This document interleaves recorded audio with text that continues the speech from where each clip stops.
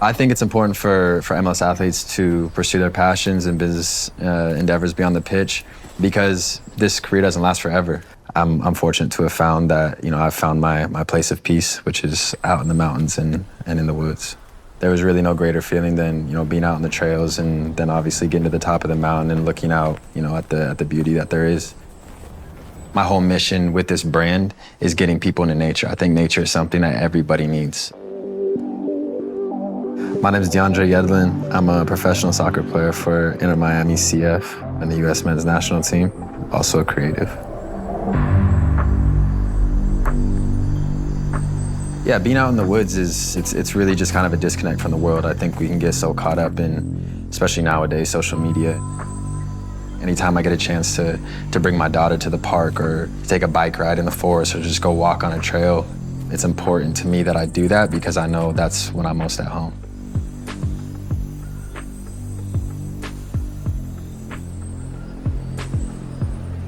At the end of the day, this career doesn't last forever.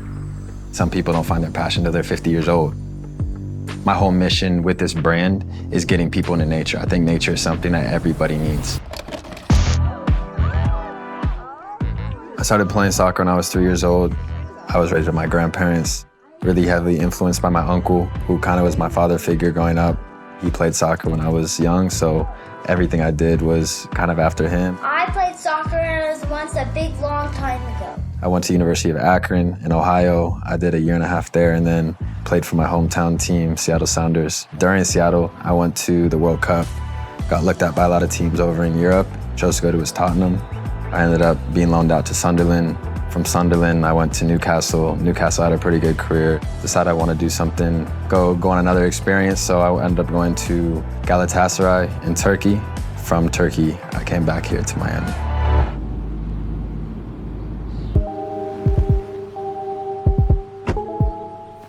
My brand is called Mount Avery. It was actually during lockdown in 2020 when I was in England. I started doing a lot of self-reflecting, try to dive in deep to, what was really important to me, what I was really all about, and nature was what came up.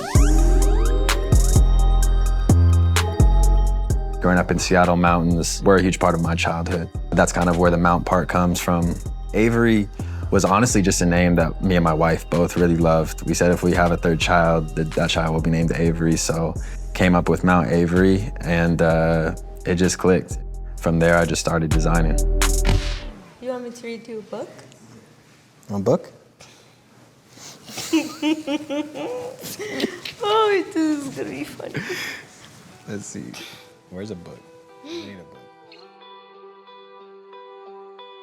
I'm Crystal Yedlin. I'm DeAndre's wife and co-owner of Mount Avery.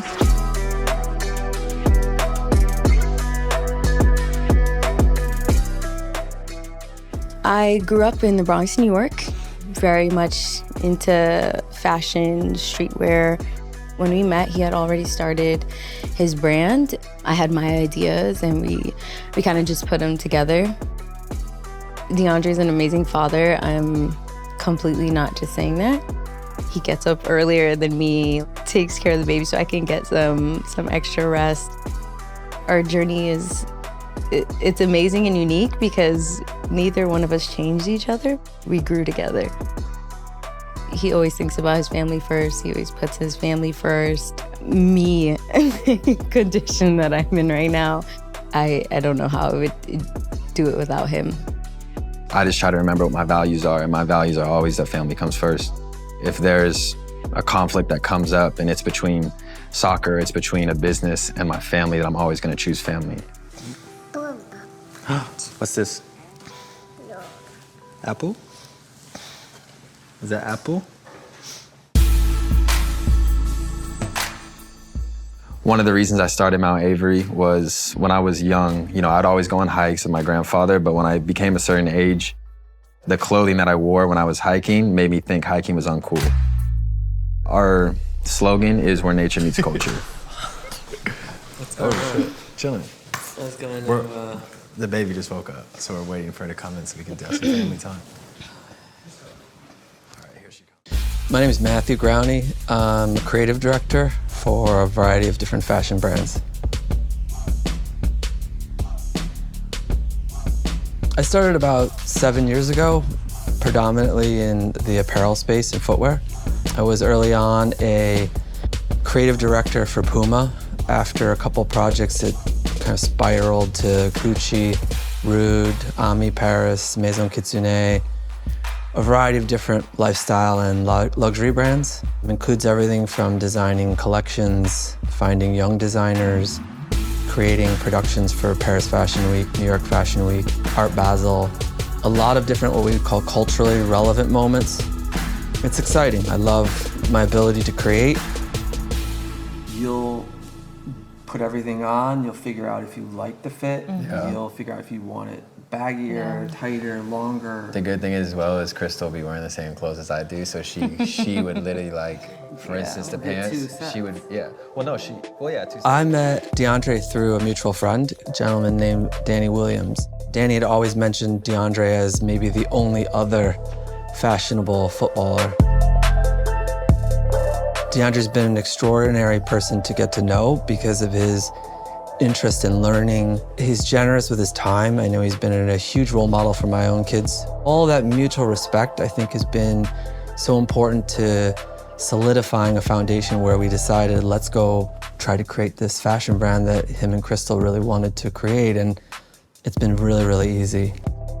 Our roadmap is really about building visibility for the brand, sharing a collection that we think is really well-styled, on-trend, but also one that is meant to have utility. And then from there, continue to build things like experiences around our collection. Partnering a hike, a paddle, partnering a ski, snowboard, trek with a new collection or a new capsule. When we were early on in this process, like 4 or 5 months ago, he showed up with a full sketch.